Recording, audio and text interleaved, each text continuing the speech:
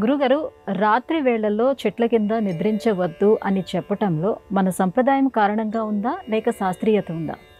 మనుధర్మ శాస్త్రంలో రాత్రౌ వృక్షమూలాని దూరతః పరివర్జయేతని చెబుతాడు. రాత్రిపూట వృక్షమూలము దగ్గర వసింపవద్దు అని దాని అర్థం. ఎందుకంటే పగలు దేవతాశక్తులకు నిలయమైతే రాత్రి ఆసురీ శక్తులు ప్రభవించి విజృంభించే సమయం.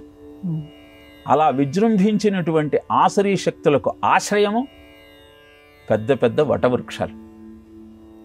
వృక్షము మీద ఉన్నటువంటి ఆసురీ శక్తుల బారిని పడకుండా జీవితాన్ని శ్రేయోపథంలో ముందుకు నడిపించుకోమని చెప్పటమే ఈ శాస్త్రవచనం యొక్క అంతరార్థం.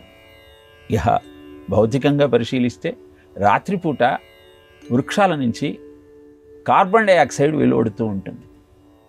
ఏ ప్రాణశక్తి అయితే నీకు ఆధారమై నీ జీవనానికి మూలమవుతుందో అది నీ మీద విపరీత ప్రభావం చూపించేటువంటి సమయం రాత్రి సమయం కనుక ఆ రాత్రి సమయాలలో చెట్ల నీడలలో విశ్రమించవద్దు అని శాస్త్రం తెలియజేసినటువంటి వచనం.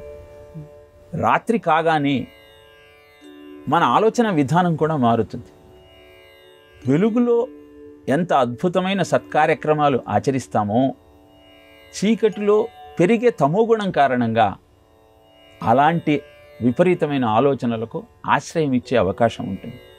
ఆ సమయంలో ప్రాణశక్తి విరోధంగా మారి మనకు హాని చేసేటువంటి సత్యాన్ని గుర్తించి నివాసవృక్ష సాధువున ఏ చెట్టయితే అందరికీ ఆశ్రయమై నీడను భుక్తిని అందజేస్తుందో ఆ చెట్టు మనను కాపాడాలి అంటే దాన్ని మనం సంరక్షించుకుంటూ అనుకూల సమయాల్లో వృక్షావాసం చేస్తూ వృక్షాన్ని ఆరాధిస్తూ పూజిస్తూ వృక్షాలతో సహజీవనం చేస్తూ వృక్షో రక్షతి రక్షితః అన్న సత్యాన్ని గుర్తిస్తూ జీవనాన్ని కొనసాగించే ప్రయత్నం చేయాలి.